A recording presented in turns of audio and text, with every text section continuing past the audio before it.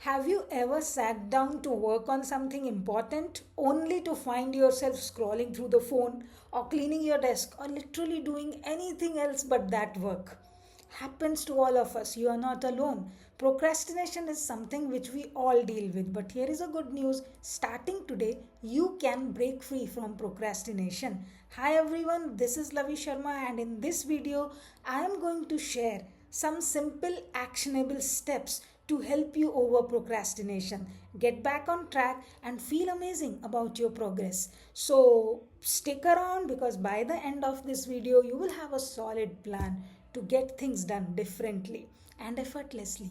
But before that, let us get into what is procrastination and why procrastination actually happens.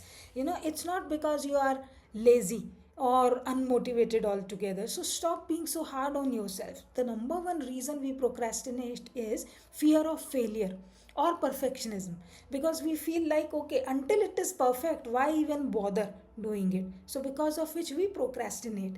And number two reason is overwhelm. Sometimes task seems too complicated or too big to attempt, that we just avoid it altogether. And number three reason is lack of clarity. When we are not clear on which direction we are moving, we just don't know where to start. So, the key to overcoming procrastination is understanding that it is a habit and it's not a personal flaw or trait which cannot be changed. And like any habit, this can be changed. So let's move on and look at what could be the step one. So, like I said, it's a habit, right? So, first of all, it's also your mindset which tells you that, yeah, you procrastinate. So, one first thing we will do is we will reframe our mindset. So, how we do that? Instead of aiming for perfection, focus on progress. So create that mindset of growth. Even growth oriented mindset is about progress. Am I doing better than yesterday? It's not about being perfect. Instead of saying that, okay, I have to write this perfect report today, you can say that I'll draft a rough outline. See, that's actually a great deal of progress. Once you have outline, you will be able to complete it as well. So this shift reduces the mental pressure and makes the task feel manageable.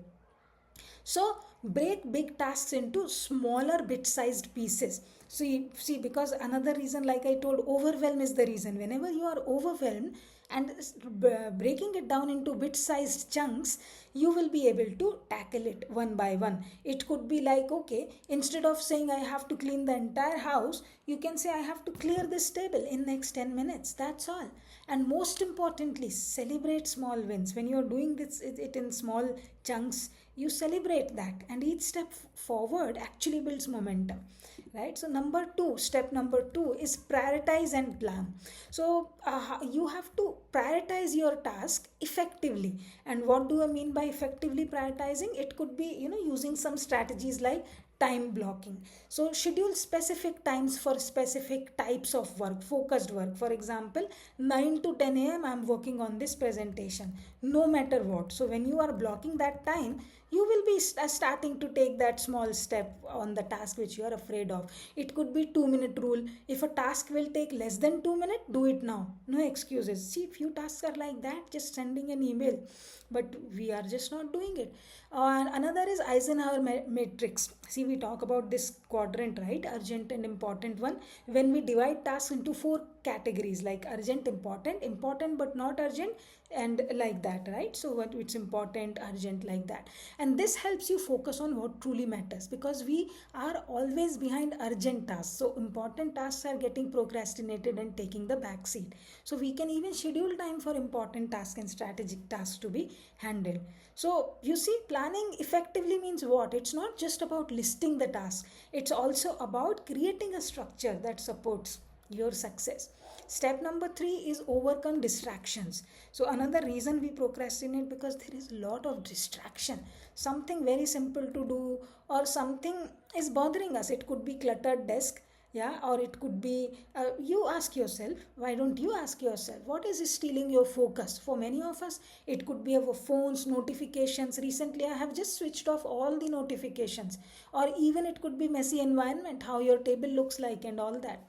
right? So how do you stay on track? You use focus apps. You can use focus apps if you are good at apps, but if that is creating even more distraction for you, you can avoid that. There are many focus apps like freedom or forest.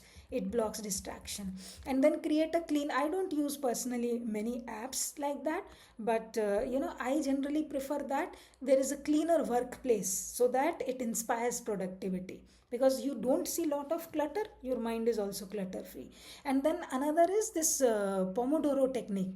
It's like how you stay focused. You work for 25 minutes and then take a 5-minute break, just 5 minutes. This method keeps you energized and focused. You come back with that 25 minute of focus again and again. But if you are able to do more, in fact what I follow is, when I'm really busy, for 1.5 hours I can sit at a stretch, not beyond that. After that I'll have to get up. So when I'm doing some big task, 1.5 hours of dedicated focus I give to it. And then step number 4 you can take for avoiding and breaking through procrastination is building accountability. So building accountability, share your goals with a friend, colleague, partner, or coach, whoever it is, right? So when someone else knows that you are going to do this, you are bound to do it, and it really works well. Believe me, I do that all the time. And yeah, because everyone knows, or probably people are working on the same task together, so then you are more likely to stick to it. You can also set deadlines. You can also set which could be self-imposed. So there can be artificial rewards and artificial punishment also. Deadline creates urgency and push you to take action. Artificial rewards can be together with a group, with your accountability partner, or things like that. And so now it's your turn. So these are the 4 steps, and think of the one task which you have been procrastinating, just one. For now, just one task, and take that first step today, and write it in the comments below. What is that task and how will you start? Remember, every big achievement actually begins with that first step, right? So take that first step today. And to recap, breaking through from procrastination is all about reframing your mind, planning and prioritizing, eliminating distractions, and building accountability.